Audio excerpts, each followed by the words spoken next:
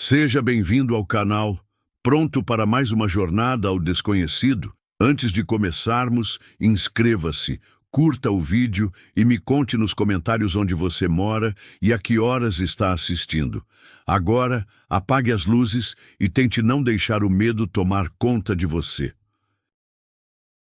Tudo nele parecia perfeito, desde o sorriso até o apartamento impecável. Mas aquela perfeição era só uma fachada para uma verdade que explodiu na minha cara da pior forma possível. Fui muito ingênua ao acreditar que meu breve encontro com Eduardo, um cara que conheci num desses aplicativos de relacionamento, teria um final de conto de fadas.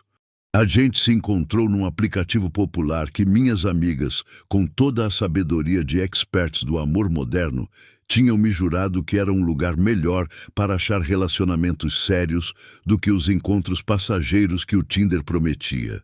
O perfil de Eduardo era magnético.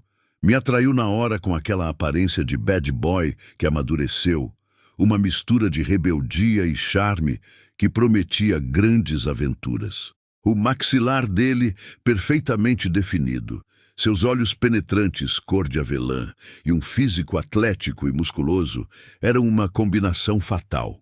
A descrição dele no perfil, curta mas inteligente, o apresentava como um homem carismático e perspicaz. Assim que começamos a trocar mensagens, a conexão foi imediata, elétrica. Descobrimos que ambos gostávamos de documentários sobre crimes reais e tínhamos um senso de humor sombrio e meio distorcido, o que nos uniu na hora. Depois de uns 10 dias de flerte constante e mensagens que iam e vinham como um jogo de tênis, Eduardo finalmente tomou a iniciativa e me chamou para sair. Meu estômago virou um nó de borboletas, uma mistura de nervosismo e empolgação, quando aceitei o convite para nos encontrarmos no sábado à noite em um bar bem legal no centro da cidade. Passei a semana inteira antes do encontro nas nuvens, imaginando como seria, provando uma quantidade absurda de roupas na frente do espelho. Quando o sábado finalmente chegou, a ansiedade era quase palpável enquanto eu me arrumava. Decidida a estar espetacular para ele, escolhi com todo o cuidado um vestido de seda. Fiz minha maquiagem com a precisão de uma artista e passei uma eternidade cacheando meu longo cabelo castanho até conseguir ondas soltas e perfeitas. Coloquei meus saltos agulha pretos, me olhei no espelho e pela primeira vez em muito tempo me senti realmente deslumbrante. Havíamos combinado para as 8 horas.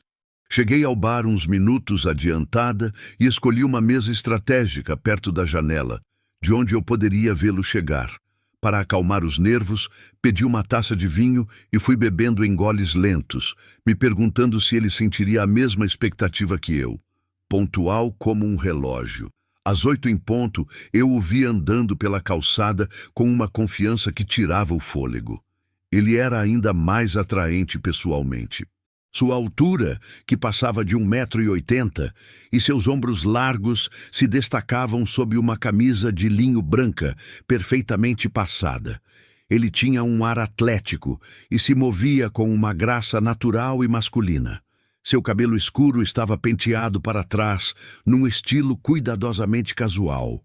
E quando entrou e nossos olhos se encontraram, aqueles olhos cor de avelã pareceram brilhar com uma luz própria. Fiquei de pé com as pernas trêmulas e ele, sem hesitar, me envolveu num abraço quente e reconfortante. O perfume dele, uma mistura envolvente de sândalo e frutas cítricas, quase me fez perder o equilíbrio. Me afastei um pouco para poder admirá-lo melhor e dei um sorriso que senti que iluminou meu rosto inteiro. O encontro não poderia ter começado melhor.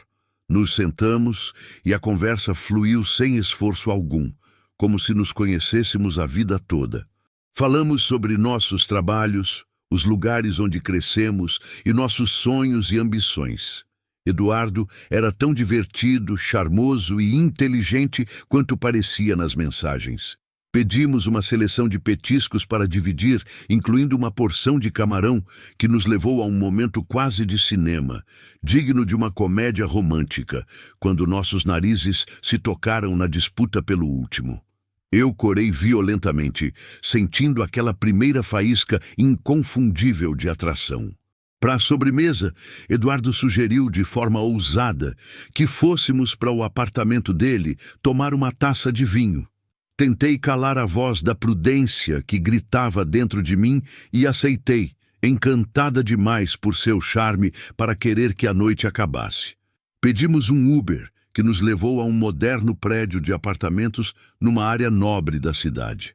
Ele me mostrou rapidamente seu apartamento, decorado com um gosto impecável e masculino, com móveis de design e toques de arte contemporânea que refletiam sua personalidade.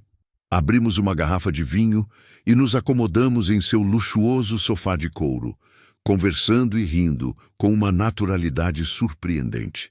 Justo quando ele se inclinou para me dar nosso primeiro beijo, um beijo que prometia ser o início de algo mágico, a porta da frente se abriu com um estrondo, com uma violência que nos arrancou da nossa bolha romântica. Uma mulher pequena, de cabelo escuro, invadiu a sala usando sua própria chave, com o rosto transtornado de fúria. Eu fiquei absolutamente paralisada, incapaz de processar a cena, enquanto ela começava a gritar com Eduardo, acusando-o de traidor. Ele parecia tão atordoado quanto eu, gaguejando perguntas sobre por que ela tinha aparecido sem bater. Minha mente lutava para encontrar sentido naquela situação de pesadelo. Lentamente, a verdade terrível começou a fazer sentido. Tinha que ser a ex-namorada dele, e o relacionamento deles claramente não estava tão acabado quanto ele me fez acreditar. Fiquei sentada, de boca aberta, assistindo a uma discussão cada vez mais ácida. A mulher o repreendia aos gritos por ter levado outra garota para a casa deles tão cedo, enquanto disse que só tinha vindo buscar seus pertences. A briga escalou para um nível insuportável, até que, de repente, a porta de um quarto se abriu e um adorável cão vira-lata, alertado pela confusão, saiu correndo. A mulher disparou atrás do cachorro, que corria em direção à porta principal ainda aberta, com Eduardo logo atrás dela. "Nick, para aí!" ele gritou desesperadamente. Aquela era minha única chance de escapar daquela cena catastrófica. Sem pensar duas vezes, agarrei minha bolsa e saí pela porta atrás deles, descendo as escadas o mais rápido que conseguia com meus saltos, correndo o máximo que minhas pernas permitiram. Ouvi Eduardo gritar meu nome às minhas costas, mas não parei. A necessidade de me afastar da humilhação e do caos era muito mais forte. Corri pela rua escura, mesmo com os saltos dificultando cada passo, com a cabeça girando enquanto tentava assimilar o que tinha acabado de acontecer. Como Eduardo pôde mentir para mim daquele jeito? Ele jamais mencionou que tinha acabado de sair de um relacionamento. Me senti uma completa estúpida por ter caído aos seus pés, por ter acreditado que nossa conexão era real. Quando eu já estava a vários quarteirões de distância, peguei o celular com as mãos trêmulas e pedi um Uber. Enquanto esperava, as lágrimas começaram a brotar, embaçando minha visão. A noite que havia começado com tanta promessa e romantismo tinha se transformado em uma farsa dolorosa. Durante o trajeto para casa, enviei a Eduardo uma série de mensagens furiosas, questionando-o por seu engano. Imediatamente, meu telefone foi inundado com suas desculpas e explicações. Ele jurava que ele e a ex tinham terminado há mais de um mês e que, segundo ele, ela simplesmente não aceitava. Mas eu já não conseguia acreditar em suas desculpas.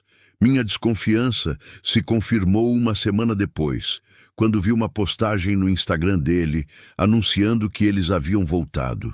A humilhação final veio 3 meses depois, quando recebi uma mensagem de Eduardo no mesmo aplicativo, agindo como se nada tivesse acontecido. Era evidente que ele agia como se não sentisse o menor remorso por ter me colocado naquela situação. Ele estava simplesmente procurando sua próxima vítima. Com uma raiva fria, respondi que ele era um mentiroso manipulador e repulsivo, e o bloqueei para sempre. A experiência toda me fez sentir uma idiota por ter ignorado os sinais sutis de alerta, cega pelo meu próprio entusiasmo. Prometi a mim mesma ser infinitamente mais cautelosa no futuro. Pelo menos, a história da minha fuga dramática daquele encontro desastroso provocou gargalhadas entre minhas amigas, que não conseguiam acreditar na audácia de Eduardo e de sua ex. A única coisa que eu podia fazer era balançar a cabeça, agradecida por ter escapado a tempo de evitar um trauma maior. Aquela noite me ensinou que nem tudo que reluz é ouro, e que por trás de perfis perfeitos podem se esconder verdades incômodas. Aprendi da forma mais dolorosa possível que confiar cegamente em estranhos da internet pode te levar direto para o meio do drama alheio, e que, às vezes, a melhor decisão é sair correndo, mesmo que seja de salto alto.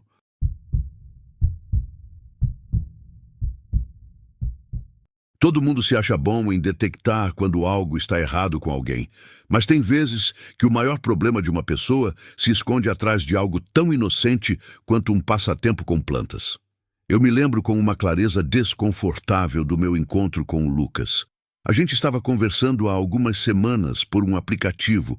No mundo virtual, ele parecia completamente normal, simpático, atencioso e com uma conversa fácil e agradável.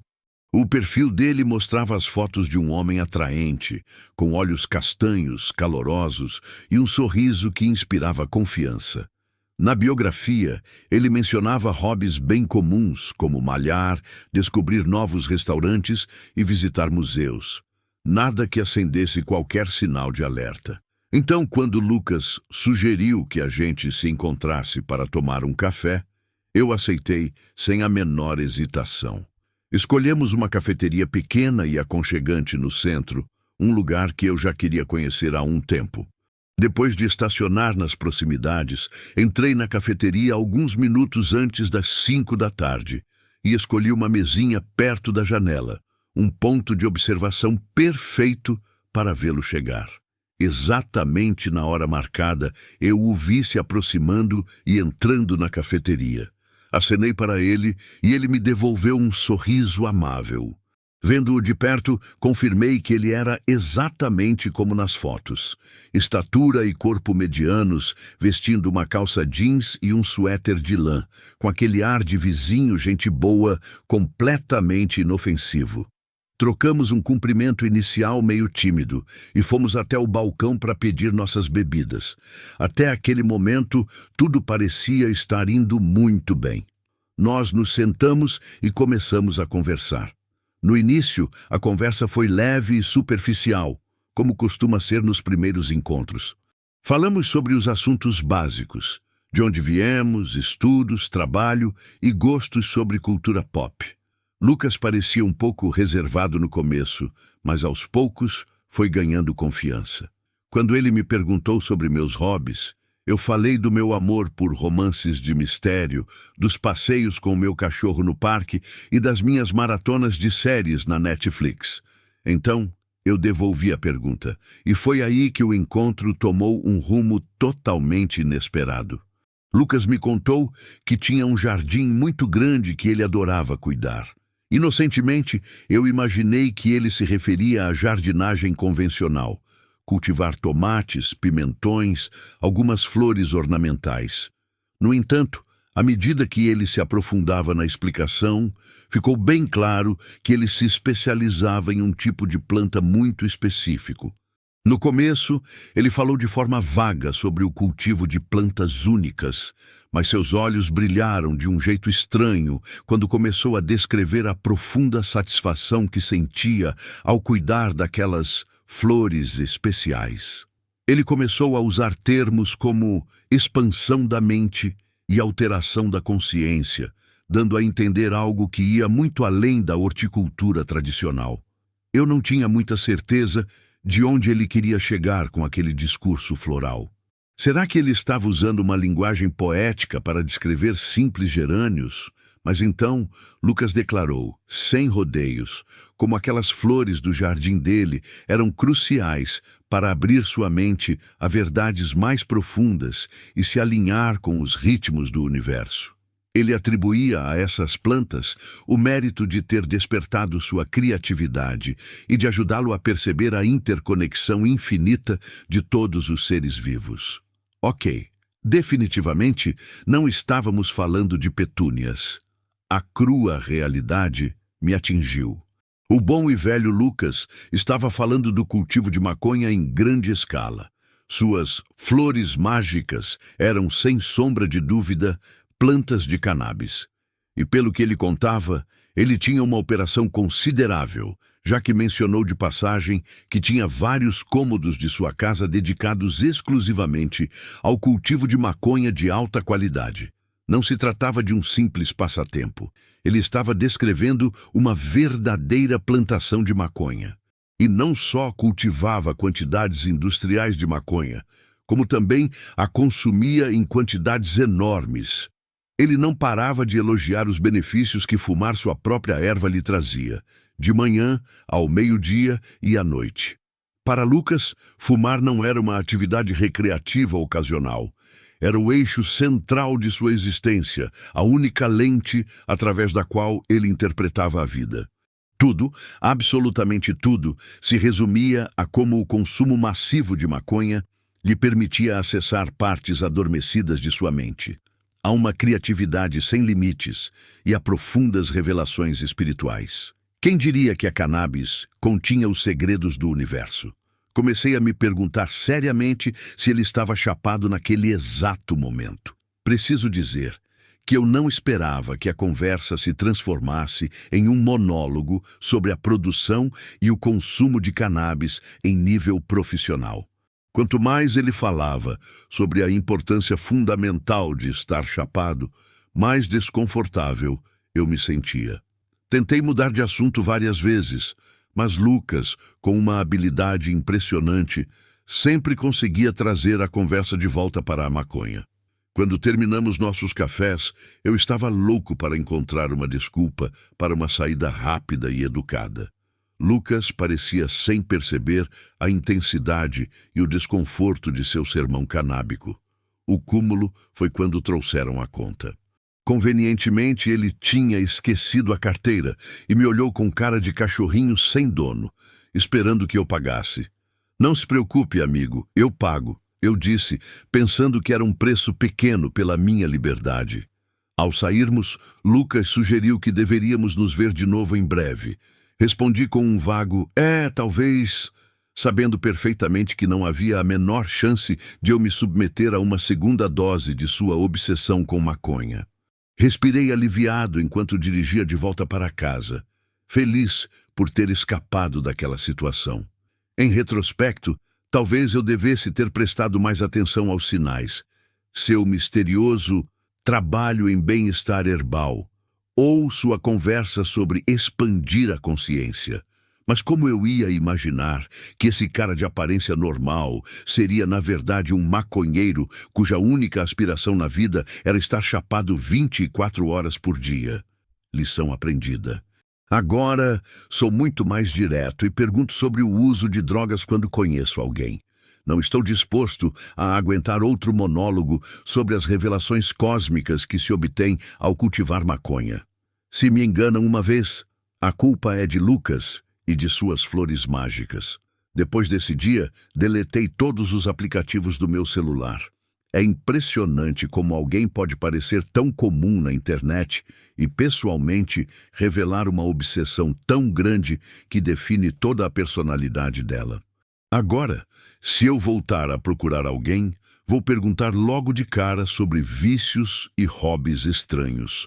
Prefiro passar por mal educado do que ter que aguentar mais uma palestra sobre os poderes místicos da maconha. Pelo menos aprendi uma coisa. Quando alguém fala que gosta de jardinagem, é melhor perguntar exatamente que tipo de planta essa pessoa cultiva.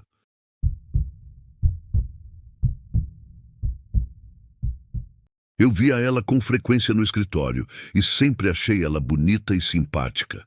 Mal sabia eu que aceitar um convite para jantar seria o começo da experiência mais surreal e desconfortável da minha vida. O nome dela era Luana e ela trabalhava alguns andares abaixo, no departamento de contabilidade, enquanto eu era da equipe de marketing.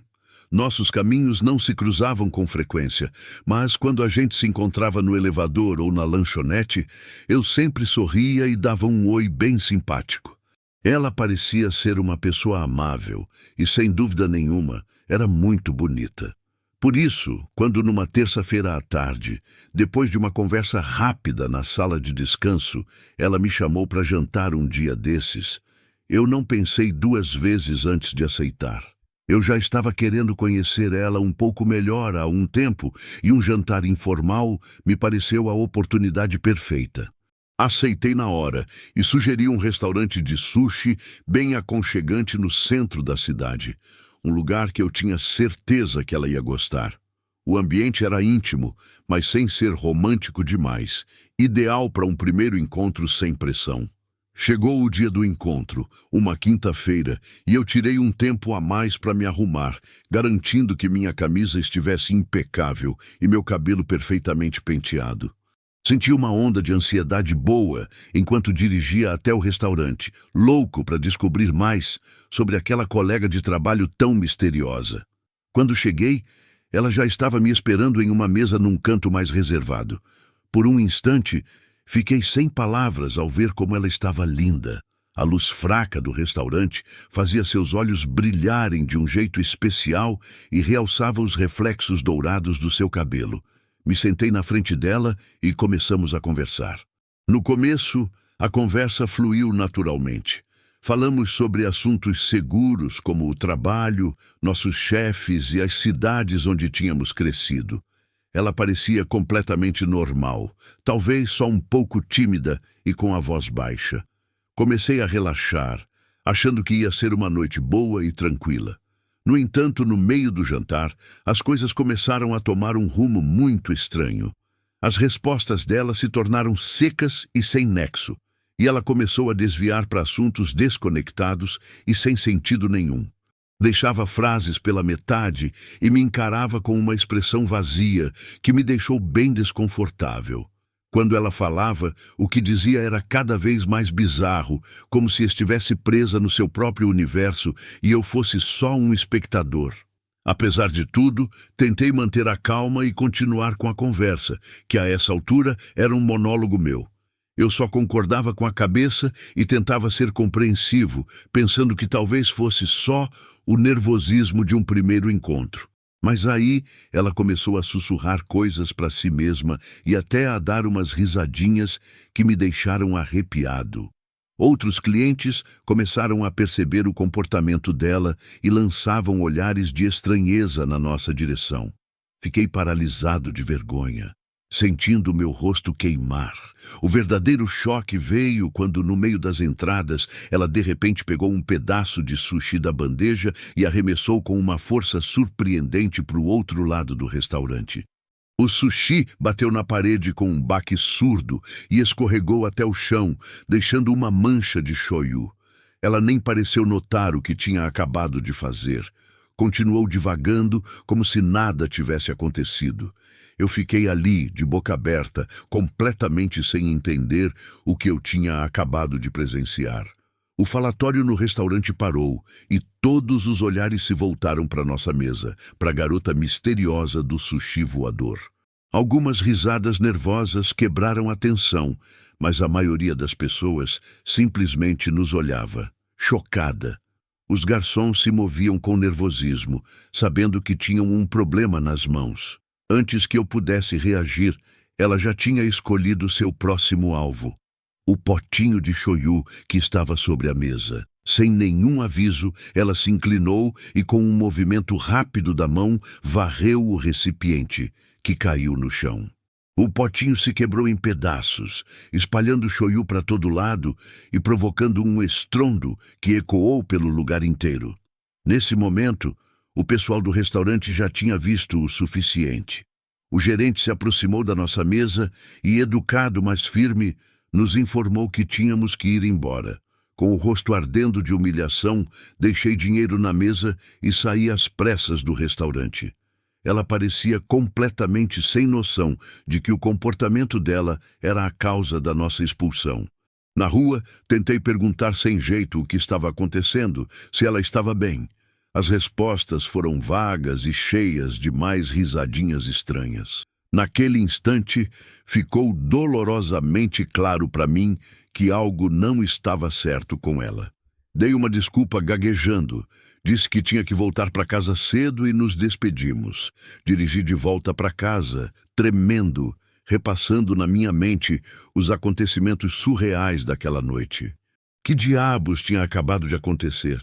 No dia seguinte, cheguei ao escritório com uma sensação de apreensão, com o encontro desastroso ainda gravado na minha mente. Eu me perguntava se iria encontrar ela. Para minha surpresa, logo no início da manhã, recebi uma ligação para ir até a sala do meu chefe. Com uma expressão séria, ele me deu uma notícia alarmante. Minha acompanhante da noite anterior, Luana, havia apresentado uma queixa formal contra mim, alegando que eu a tinha agredido durante o jantar.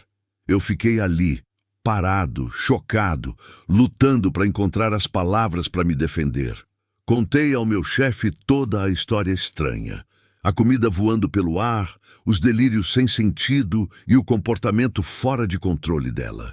Felizmente para mim, meu chefe já conhecia a fama de Luana pelo comportamento imprevisível e pelos truques estranhos para chamar a atenção. Ele acreditou em mim. Me confidenciou que não era a primeira vez que ela fazia uma denúncia estranha contra alguém, que depois se provava completamente falsa. Naquele momento, fez sentido eu nunca ter ouvido nada a respeito.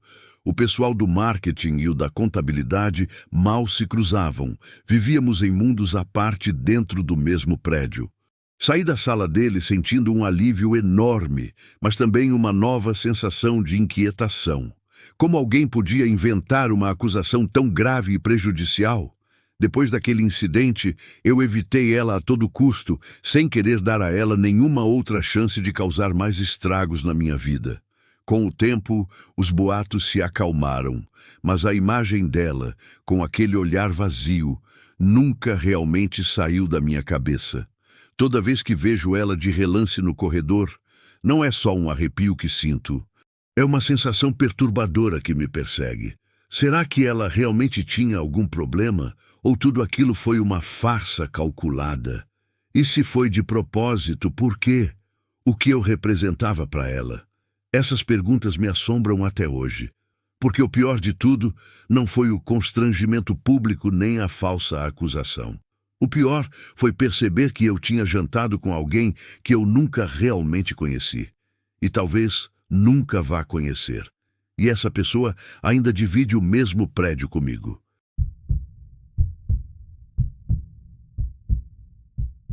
Quando conheci Enzo na aula de sociologia, eu ainda era uma caloura que acreditava em pessoas boas demais. Ele tinha aquele jeito descolado, com o cabelo castanho meio bagunçado e um sorriso cheio de covinhas que parecia totalmente inofensivo. A gente começou a conversar antes das aulas, ficando amigos ali na fila do café, enquanto reclamava da voz monótona do professor. Nada demais, só conversas leves e descontraídas. Algumas semanas depois da primeira vez que nos falamos, ele me pediu meu número depois da aula. Fiquei animada e nervosa ao mesmo tempo, pensando que finalmente ia ter meu primeiro encontro na faculdade. Quando ele me ligou naquela noite para me convidar para sair, eu estava deitada na cama do dormitório, segurando o celular com força, toda empolgada. Gabriela, minha colega de quarto, sorria para mim do outro lado do quarto, tão animada quanto eu. Combinamos de nos encontrar na sexta-feira em um restaurante francês novo e chique, no centro da cidade. Passei horas procurando a roupa perfeita para um primeiro encontro. Acabei escolhendo um vestido preto justo, que deixava minhas curvas à mostra, e uns saltos de tira que faziam minhas pernas parecerem enormes. Eu queria parecer sofisticada e confiante. O restaurante que Enzo escolheu parecia coisa de filme romântico, com aquela luz suave e mesas escondidas em cantinhos mais reservados. Eu já me imaginava conversando com ele enquanto comíamos pratos franceses sofisticados, com nossos joelhos se tocando por baixo da mesa. Parecia perfeito. Quando a sexta-feira finalmente chegou, eu estava um nervoso só. Gabriela me ajudou a fazer umas ondas no cabelo e até me emprestou um grampo com pérolas. Ele não vai conseguir tirar os olhos de você, ela disse toda empolgada. A gente dançou pelo quarto ouvindo música pop, rindo e curtindo o momento. Exatamente às 8:30 da noite, Enzo chegou. Me despedi de Gabriela com um aceno e desci para a noite fresca de outono. Ele me cumprimentou com aquele sorriso que derretia e abriu a porta do passageiro para mim. "Você tá linda", ele disse, olhando para o meu vestido. Eu sorri, meio sem graça, e me acomodei no banco. Por via das dúvidas, tinha guardado umas notas dobradas dentro do sutiã, daquelas que minha mãe sempre me lembrava de carregar para emergências. No caminho até o restaurante, conversamos sobre as aulas e nossos filmes favoritos. Em um momento, a mão dele veio e pousou, bem casual, no meu joelho. Ele estacionou numa rua perto do restaurante, cujas janelas brilhavam com uma luz quente no fim de tarde. Saiu do carro e correu para abrir minha porta, todo cavalheiro. Enquanto caminhávamos pela calçada, a mão dele desceu para a região da minha cintura, um gesto que eu achei protetor naquele momento, mas que depois percebi ter um tom meio possessivo.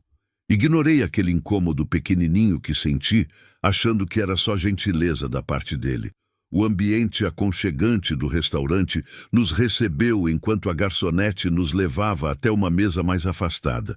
Antes mesmo de eu poder olhar a carta de vinhos, Enzo já tinha pedido uma garrafa cara de vinho tinto. Hesitei um instante, já que não bebia muito, mas logo o vinho forte começou a fazer efeito, me deixando mais relaxada. Foi aí que o interrogatório dele começou. Ele passou a fazer perguntas extremamente pessoais, focando quase que só na minha vida amorosa. O jeito dele era intenso, o olhar grudado em mim, sem desviar nenhum segundo, enquanto me pressionava por detalhes explícitos e números exatos.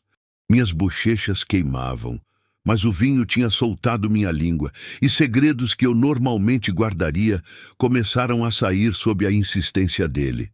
Mas quanto mais eu revelava, mais invasivas as perguntas ficavam. Ele exigiu saber os nomes dos meus ex-namorados, até onde a gente tinha ido fisicamente, se algum deles tinha partido meu coração. O olhar dele não me deixava em paz, me fazia sentir pequena e envergonhada. Ele ficava visivelmente irritado quando eu tentava mudar de assunto, reformulando as perguntas para tentar me pegar em alguma contradição. Quando nosso prato principal chegou, eu esperava que a comida servisse de distração, mas estava enganada. Ele continuou me bombardeando com perguntas entre uma garfada e outra, não só sobre relacionamentos passados, mas também sobre minha família, minhas inseguranças e meus sonhos mais íntimos. A perna dele pressionava a minha por baixo da mesa, um contato que agora parecia uma armadilha, enquanto as perguntas dele invadiam cada canto da minha privacidade. Procurei desesperadamente pela garçonete com o olhar, mas estávamos escondidos demais nas sombras. À medida que a garrafa de vinho esvaziava, a paranoia de Enzo começou a aparecer. Ele se convenceu de que outros homens no restaurante estavam me olhando. O garçom que passou, um cara jantando sozinho numa mesa próxima. "Você conhece ele?" exigia saber, com a voz carregada de um ciúme irracional. Quando eu garantia que não, ele ficava furioso, convencido de que eu estava mentindo. O álcool tinha me deixado meio lerda e o medo começou a me paralisar ali na cadeira. O cara charmoso com quem eu tinha chegado sumiu completamente, substituído por um estranho ciumento e controlador. Os olhos dele ardiam com uma mistura assustadora de desejo e raiva, quando, de repente, agarrou minha mão com força. Tentei puxar instintivamente, mas isso só o irritou mais. "Para de fingir. Você adorava quando eu te olhava assim?" Ele disse com um tom que me deixou apavorada. O medo tomou conta de mim ao ver aquele brilho de violência nos olhos dele. Quando ele apertou meu pulso com mais força ainda, meu instinto de sobrevivência finalmente reagiu. Me livrei do aperto dele com um puxão forte e corri em direção à porta, deixando para trás minha bolsa e meu celular. Corri pela calçada, sem olhar para trás, até chegar numa rua mais movimentada, onde parei um táxi gritando. O táxi amarelo foi minha salvação. Paguei a corrida com as notas que tinha escondido, ainda tremendo, enquanto os gritos furiosos de Enzo ecoavam atrás de mim. Me agarrei ao banco de trás, tremendo de alívio e medo ao mesmo tempo. Quando cheguei ao dormitório, Gabriela estava acordada. Contei toda a experiência traumática para ela enquanto tomávamos chá no nosso quarto. Ela me ouviu horrorizada, me abraçando enquanto eu relatava cada detalhe assustador que agora, sóbria, via com uma clareza aterrorizante. "Graças a Deus você saiu de lá", ela repetia, acariciando meu cabelo até que finalmente caí num sono agitado, atormentada pela imagem do olhar ameaçador de Enzo. No dia seguinte, pedi ajuda de uma amiga para recuperar minha bolsa no restaurante, sem ter coragem de voltar lá sozinha. Quando acordei na manhã seguinte, a lembrança do comportamento de Enzo me aterrorizava ainda mais. Percebi que tinha escapado por muito pouco de alguém perigosamente controlador. Embora Gabriela insistisse que eu não podia ter adivinhado a verdadeira natureza dele, não conseguia parar de me sentir idiota por ter ignorado aqueles sinais pequenos. Nas semanas seguintes, troquei meu número de telefone e evitei andar sozinha à noite.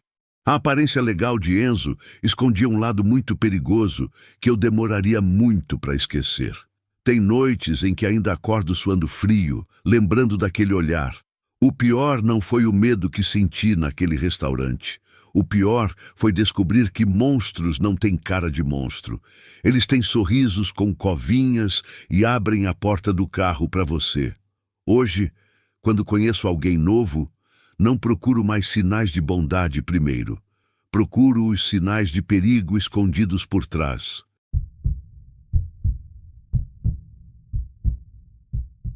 Eu só queria uma noite divertida e talvez conhecer alguém interessante.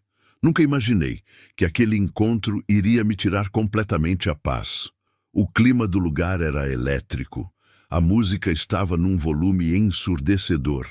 As luzes piscantes criavam padrões hipnóticos, corpos suados se movendo juntos e álcool rolando solto. Era uma atmosfera de fantasia, sem limites, onde o mundo real simplesmente deixava de existir por algumas horas. Meus olhos corriam pela pista de dança lotada, absorvendo a energia do lugar, quando de repente eu a vi. Ela era como uma aparição. Uma mulher deslumbrante que se movia sem esforço ao ritmo da música, com uma confiança e uma sensualidade que a faziam se destacar no meio da multidão. Ela tinha pernas quilométricas, mal cobertas por uma mini saia de lantejoulas douradas que deixava muito pouco para a imaginação. O top justo que ela usava marcava cada uma de suas curvas, revelando uma barriga definida e um decote generoso a cada movimento. Seus cachos escuros e sedosos caíam soltos sobre os ombros, balançando no ritmo da música. Ela se movia com uma graça hipnótica e, apesar da maquiagem forte, sua beleza natural era inegável. Ela era, sem a menor dúvida, a mulher mais impressionante daquela balada. Nossos olhares se cruzaram através do mar de gente e ela me deu um sorriso tímido, mas que era, sem dúvida, sedutor. Eu decidi que não podia deixar aquela oportunidade passar e comecei a abrir caminho no meio da multidão para chegar até ela. Quando finalmente cheguei ao seu lado, a música atingiu o ponto mais alto. De perto, ela era ainda mais espetacular. Seus olhos felinos, contornados com maquiagem preta, e seus lábios carnudos, pintados de um vermelho intenso, se abriram num sorriso deslumbrante quando me apresentei. A risada dela era suave e envolvente, mesmo por cima do barulho da música. Trocamos nomes. O dela era Mariana. Dançamos juntos e a química foi instantânea. Nossos movimentos se sincronizaram. Nossas mãos se tocavam timidamente e nossos olhares se procuravam o tempo todo. Ela era absolutamente cativante. Conforme a noite avançava, nos aproximamos cada vez mais, com as mãos dela deslizando de forma provocante pelo meu peito e meus ombros. Quando anunciaram a última rodada de bebidas, nós já tínhamos trocado números de telefone com a promessa de nos vermos de novo muito em breve. Eu me senti o cara mais sortudo do mundo. Nos dias seguintes, eu me torturei pensando na mensagem perfeita para mandar para ela. Tinha que ser algo charmoso, mas parecer desinteressado, mostrar que eu queria, mas sem parecer desesperado. Finalmente, decidi por uma mensagem casual, perguntando como tinha sido a semana dela. Mariana respondeu quase que imediatamente, sugerindo que fôssemos jantar naquele mesmo fim de semana. Eu fiz uma reserva em um restaurante italiano elegante com vista para a cidade. No sábado à noite, estacionei em frente ao prédio dela com o coração batendo a 1000 por hora. Quando ela abriu a porta, estava tão radiante quanto eu me lembrava. Usava um vestido vermelho que se agarrava à sua figura como uma luva, realçando cada uma de suas curvas. Saltos agulha pretos acentuavam suas pernas esculturais e seu cabelo caía em ondas perfeitas. Com os olhos esfumados e os lábios vermelhos, ela parecia uma verdadeira bomba. Chegamos ao restaurante com um leve atraso, e como era de se esperar, todos os olhares se viraram para nós. Ou melhor, para ela. Os homens a olhavam de boca aberta e os funcionários do sexo masculino faziam de tudo para atender a cada um de seus caprichos. Eu me senti super orgulhoso por ter conseguido um encontro com uma mulher tão espetacular. O jantar começou maravilhosamente bem. Bebemos vinho à luz de velas e a conversa fluiu sem problemas, marcada pela risada melódica dela.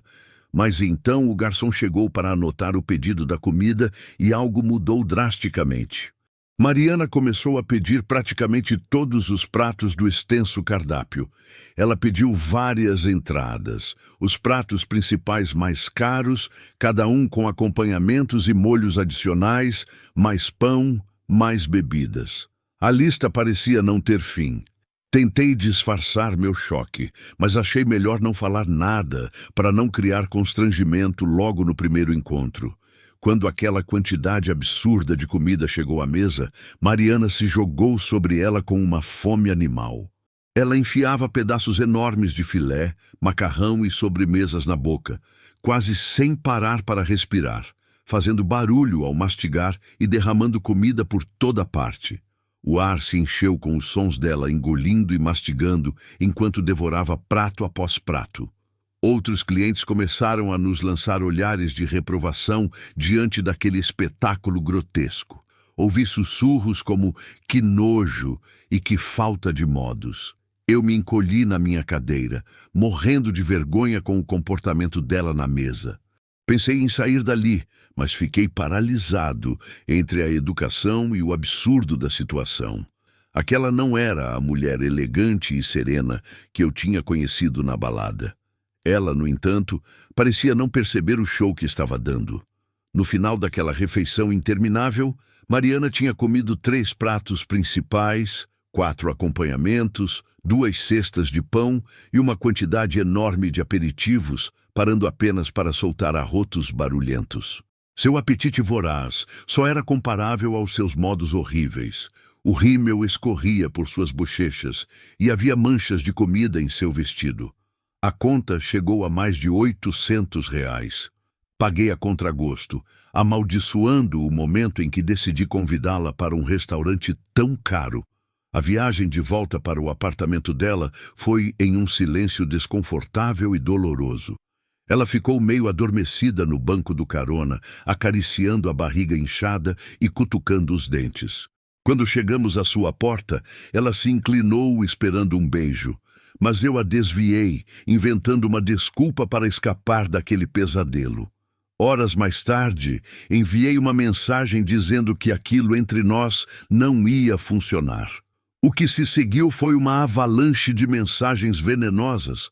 Ela me xingou de tudo e afirmou que eu era sortudo por ter tido uma chance com alguém tão fora do meu alcance. Fiquei perplexo com sua reação exagerada, mas pensei que tudo acabaria ali. Eu estava completamente enganado. Logo depois, meu telefone explodiu com ligações e mensagens de números desconhecidos, provavelmente dos amigos dela. Ela deve ter passado meu contato para todo mundo que conhecia. Eram insultos, acusações e ameaças de violência pelos meus supostos crimes contra ela. Tentei explicar que tinha sido apenas um encontro ruim, mas eles se recusaram a ouvir. O assédio era implacável. Fiquei paranoico, com medo de sair do meu apartamento, sentindo que estava sendo vigiado constantemente. Até hoje, eu não tenho uma resposta. Não sei se ela mentiu para os amigos por ser uma narcisista que não aceita rejeição, ou se o ego dela era tão frágil que precisou se fazer de vítima. Hoje em dia, não consigo mais relaxar quando saio de casa. Sinto que estou sendo observado o tempo todo. Aquela experiência me ensinou uma coisa: nem tudo que brilha é ouro, e às vezes o perigo vem embalado na aparência mais perfeita que você pode imaginar.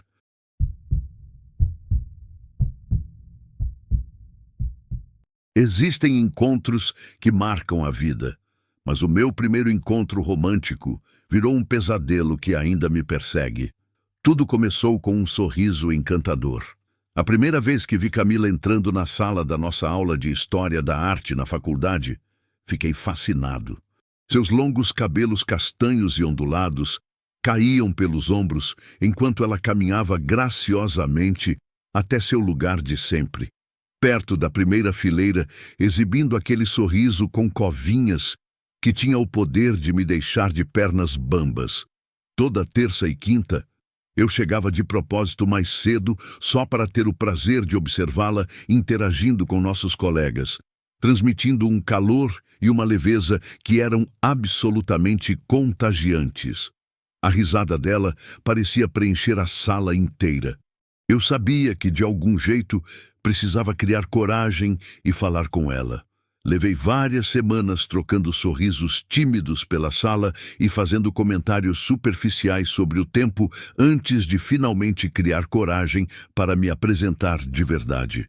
Para o meu alívio, Camila respondeu com um entusiasmo genuíno e seus olhos azuis se iluminaram quando descobrimos nosso amor em comum por música pop.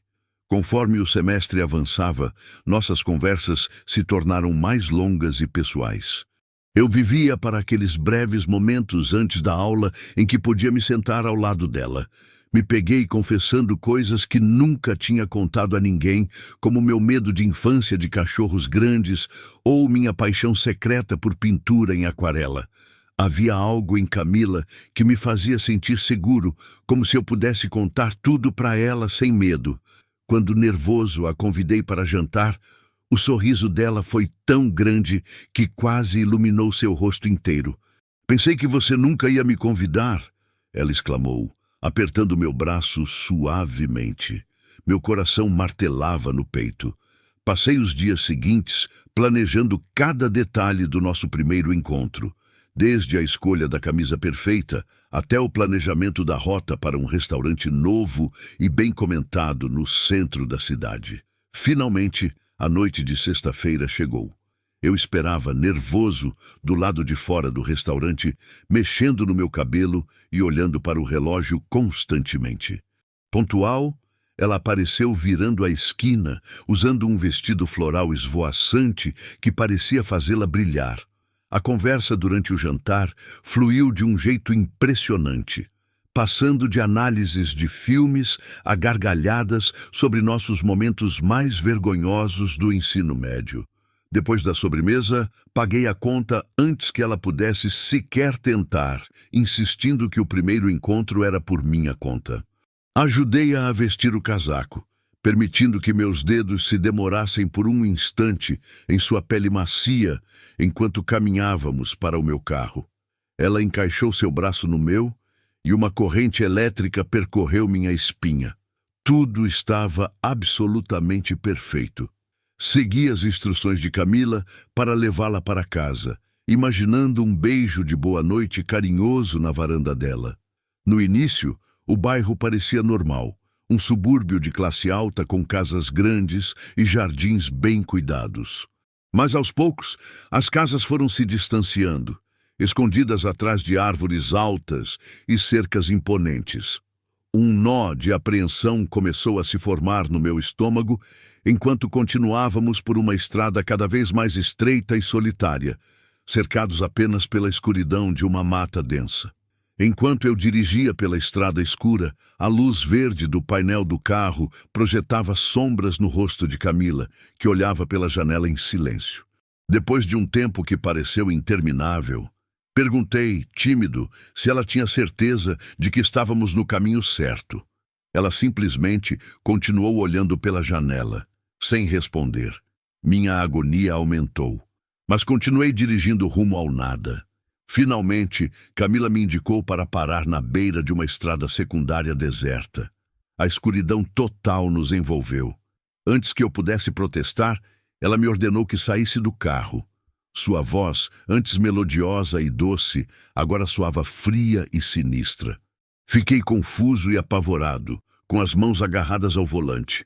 De repente, luzes fortes inundaram o carro por trás. Eu me virei e vi uma picape velha parada a centímetros do meu para-choque, de onde estavam descendo pelo menos 4 figuras enormes e fortes. Seus rostos estavam escondidos na escuridão e suas silhuetas imponentes me gelaram de medo.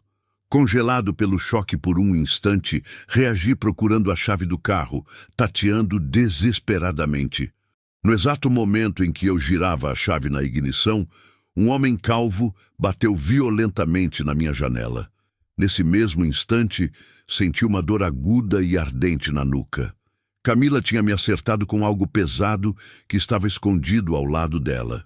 Senti o sangue quente escorrer pelo meu pescoço enquanto ela gritava para eu sair do carro.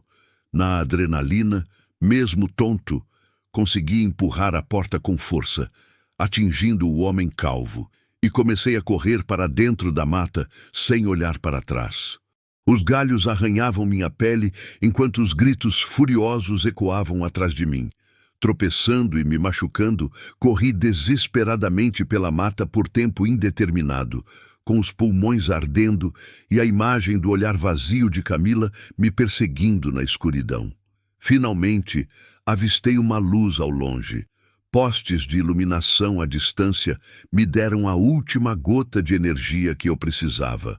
Corri mais rápido do que nunca em direção àquele farol de esperança. Não parei de correr até conseguir sair daquela mata fechada e alcançar uma rua residencial, onde desabei no asfalto frio, tremendo, em estado de choque. Um morador que passava de carro me socorreu e me levou para casa. Mais tarde, minha mãe implorou para eu ligar para a polícia, mas eu estava traumatizado demais para reviver aquilo tudo. Até hoje, eu acordo no meio da noite com a imagem daquele olhar vazio dela, refletido na luz verde do painel. Aquele sorriso doce que me encantou escondia algo sinistro que eu jamais imaginei. Nunca mais consegui confiar em ninguém da mesma forma.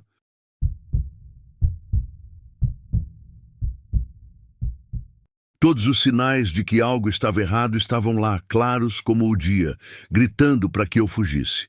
Mas eu escolhi não ouvir, e essa teimosia quase me custou tudo. Os alertas estavam bem na minha frente, mas eu fingi que não via. O perfil dele no Tinder gritava perigo, apenas 2 fotos mal iluminadas e cortadas de forma estranha, biografia vazia. Deveria ter sido suficiente para eu ignorar aquele match. Mas era sexta-feira à noite. Eu me sentia inquieta e terrivelmente sozinha no meu apartamento, sem nenhum plano em vista. Então, quando o rosto comum e sem expressão dele apareceu na minha tela, num ato de impulsividade e tédio, eu deslizei para a direita. Para minha surpresa, o match foi instantâneo. Antes que eu pudesse sequer largar o celular, uma mensagem dele apareceu na tela. Dizia simplesmente, "Oi?" Fiquei encarando aquela única palavra. pensando que ele não parecia ser um grande conversador, mas eu já tinha entrado nessa. Então respondi com outro "Oi, amigável". A resposta dele foi imediata, quase suspeita de tão rápida. "Quer sair para tomar alguma coisa?" Hesitei por um momento, debatendo internamente se eu realmente queria seguir com aquilo, mas eu me convenci. Era só um primeiro encontro informal para tomar um drink. O que de pior podia acontecer? Marcamos de nos encontrar em um bar ali perto na noite seguinte, sábado. Peguei um Uber e cheguei pontualmente às 9 da noite. Ajeitei meu vestido e respirei fundo antes de entrar. O bar não estava muito cheio e eu o vi na mesma hora, sentado sozinho em uma mesa com o olhar fixo no celular. Ele não percebeu minha chegada, então aproveitei para observá-lo discretamente.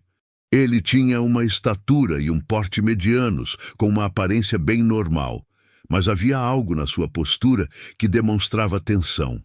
Os ombros curvados, uma perna se mexendo nervosamente debaixo da mesa. Finalmente, me aproximei e sorri. "Oi, sou a Carla." Eu me apresentei. Ele levantou o olhar bruscamente, murmurou um "Oi", sem me olhar nos olhos, e não disse o nome dele.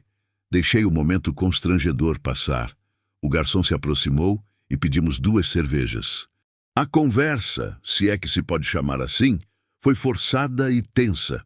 Eu ficava tentando quebrar o gelo com perguntas básicas sobre o trabalho dele, seus hobbies, de onde ele era, mas as respostas eram curtas e secas. Depois de 1 hora tentando manter uma conversa unilateral, ele finalmente falou sem que eu perguntasse: "Quer sair daqui? Podemos ir para minha casa tomar mais um drink?" Eu hesitei de novo.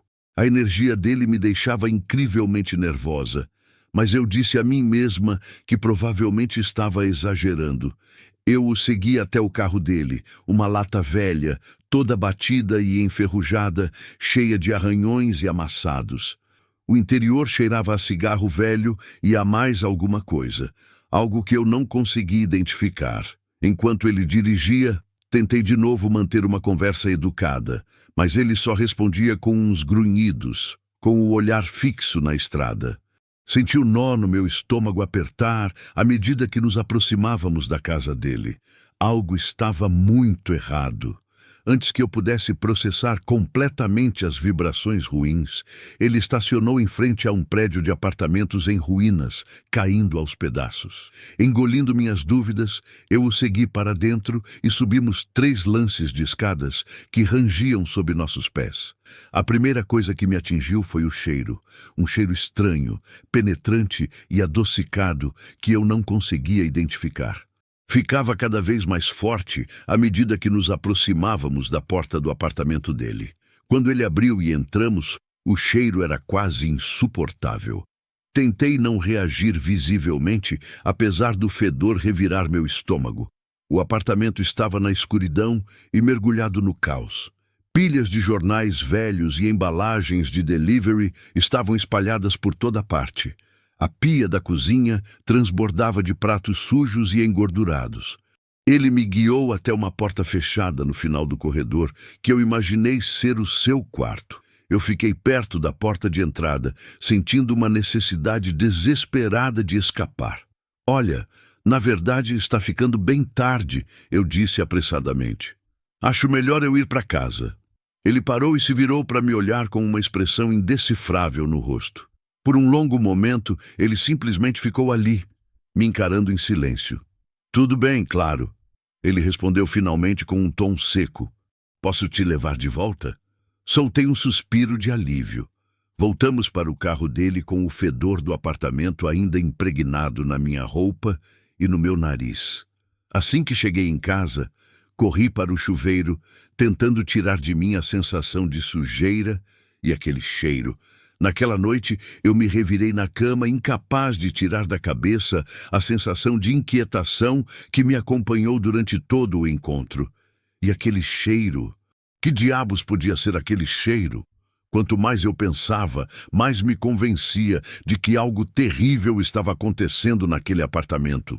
Minha inquietação cresceu tanto que, num impulso, procurei na internet o nome que estava no perfil dele, esperando encontrar algo que explicasse a sensação ruim que eu tinha. Não encontrei muita coisa no início, nem perfis em redes sociais, nem registros públicos, mas então me deparei com uma notícia de uma cidade vizinha. Falava sobre a descoberta de restos mortais em um apartamento. O nome do inquilino era exatamente o mesmo que estava no perfil dele do Tinder. Meu coração parou. Restos mortais, um cadáver. Fiquei paralisada com o pulso martelando nos meus ouvidos. Tinha que ser outra pessoa, com o mesmo nome, certo? Mas por mais que eu tentasse, não conseguia me livrar da ideia horrível de que eu tinha estado a um passo de ficar sozinha com aquele homem. Pensei em ligar para a polícia, mas o que eu ia dizer? Eu não tinha nenhuma prova, só a coincidência de um nome e um cheiro horrível. Mesmo assim, eu não podia deixar para lá. E se eu tivesse uma informação que pudesse ajudar? Finalmente, decidi fazer uma denúncia anônima sobre o cheiro no apartamento dele, fornecendo detalhes vagos para que a polícia decidisse se investigava ou não. Pelo menos eu saberia que tinha feito alguma coisa. Naquela mesma noite, deletei meu perfil do Tinder. Chega de matches impulsivos em nome do tédio. Saí daquela noite sem um arranhão, mas algo ficou para trás naquele apartamento fedorento. O que mais me assombra não é o que poderia ter acontecido, mas como o perigo estava disfarçado de tédio. Às vezes, o que deveria nos proteger é justamente o que nos coloca em risco, a necessidade de não ficar sozinha.